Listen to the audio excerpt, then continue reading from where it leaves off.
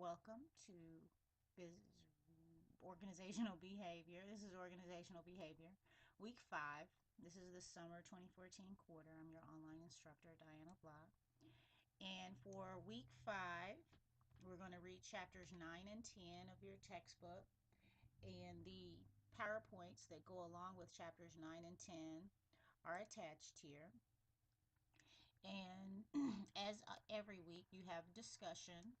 And with the discussion, you're going to think about a small group that you know of that had power.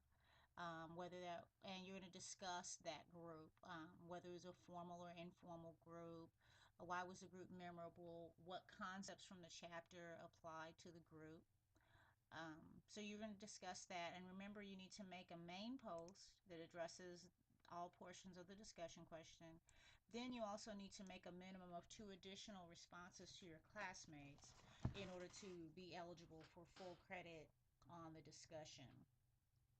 So you're going to read chapters 9 and 10 this week, and chapter 9 talks about groups and how they influence.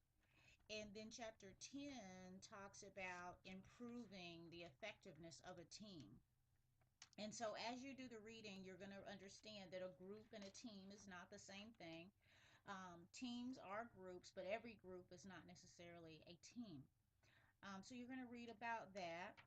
And then your assignment this week comes at the end of chapter 10. So on pages 282 through 284, there's a case. Can you solve this manager's problem? It's at the bottom of 282, continues through all of 283, and then the last part of it and the questions are at the top of page 284. So it's a pretty long case, and you can use information from chapters both 9 and 10 to discuss your responses to the questions at the end of the case. And I just want to remind you here that the idea of these assignments is that you're going to use terminology and concepts from the course reading to provide your answers. Yeah, we were doing really well at that at the beginning, but I noticed in the last week or so, maybe some people were just kind of putting general information about the topic on the assignment, but not using concepts from the chapter. And in order to get full credit, you do need to be applying concepts from the chapter to the cases. For example, the first question at the end of this week's case says, why is this group a team? And so there's a specific definition in your reading of a team. The bottom of page 243 explains what makes a group a team. So you're going to explain how this particular group of people that you've just read about fits those qualifications given on page 243.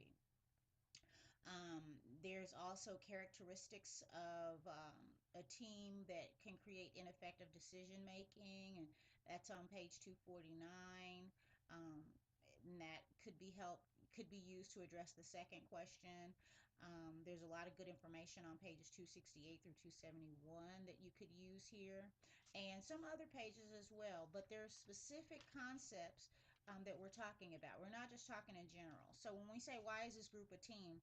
Some people in the past have said, well, because they really all like each other, they all get along, they all have each other's back. That sounds like good information, but that's not anything related to the concepts we're studying. What are the specific concepts, the terminology that we are reading about that makes this group a team, not just general information. So we want to be able to tell that you've read the chapter and that you're applying the concepts from this chapter to the information that's given here. So again, if you look at the chapter summary and key terms for both of these chapters, then you'll see the specific concepts that are explained in the reading for each chapter, and you can use those in your responses.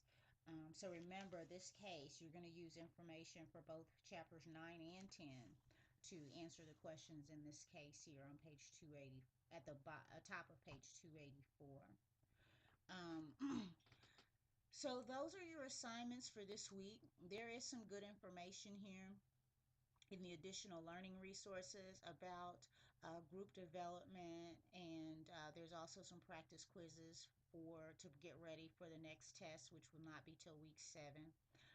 So there's some great information there that you can also read. And those are the expectations for this week. If you have any questions, I'm always available by email, of course. And I look forward to talking to you this week in the discussion area.